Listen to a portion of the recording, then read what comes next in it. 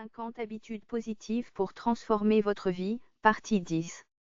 Redirection mentale. Pourquoi cela m'aidera-t-il à devenir plus positif? Vous retrouvez-vous toujours à aller vers le négatif en premier?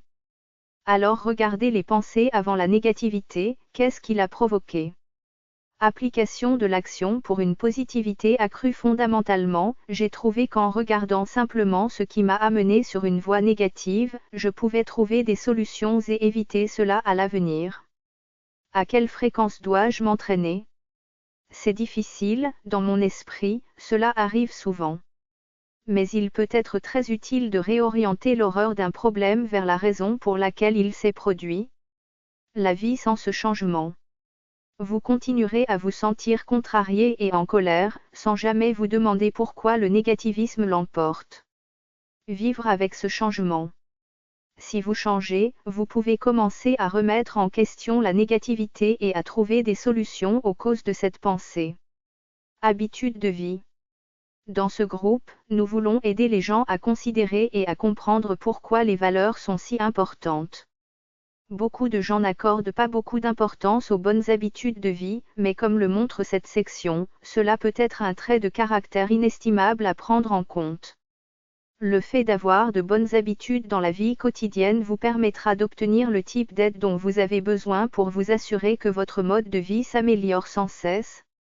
J'ai constaté que chacune de ces habitudes m'a aidé à devenir plus productif et positif à la maison et au bureau, ce qui m'a permis de m'améliorer continuellement au quotidien. Quelles sont vos valeurs? Pourquoi cela m'aidera-t-il à devenir plus positif? Une autre série de problèmes communs est le fait de ne pas savoir ce que nous représentons. Avoir des valeurs nous aide à définir où nous voulons être et, surtout, si notre état d'esprit le permet. Appliquer l'action pour une plus grande positivité. La meilleure chose que j'ai faite, c'est de chercher à changer mon état d'esprit. Assurez-vous que vos décisions et vos valeurs fondamentales reflètent les rôles que vous voulez jouer dans la vie. À quelle fréquence dois-je m'entraîner? C'est une question difficile, il faut de nombreuses heures pour vérifier qui vous êtes. Mais regardez ce qui constitue vos idéaux fondamentaux et voyez comment votre monde reflète cela. La vie sans ce changement. Sans avoir ou connaître vos principales valeurs, la plupart des gens se contentent de passer d'un jour à l'autre, sans jamais vraiment progresser vers ce qu'ils veulent être. Ils peuvent progresser, mais jamais jusqu'à leur but. Vivre avec ce changement.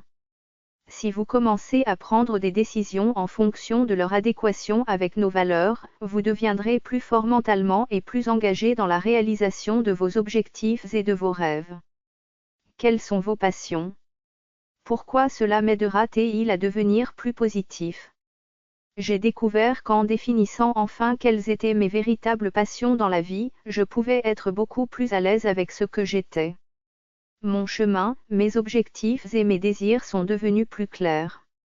Appliquer l'action pour une plus grande positivité. Pour appliquer cette action, j'ai simplement regardé ce qui me donnait un choc à l'estomac quand j'y pensais. Ce sentiment me pousse à en savoir plus sur moi-même. À quelle fréquence dois-je m'entraîner? Chaque minute de chaque jour, vos passions ne doivent jamais être oubliées. Chaque matin, prenez une demi-heure pour réfléchir à la façon dont la journée d'aujourd'hui vous aidera à vous rapprocher de la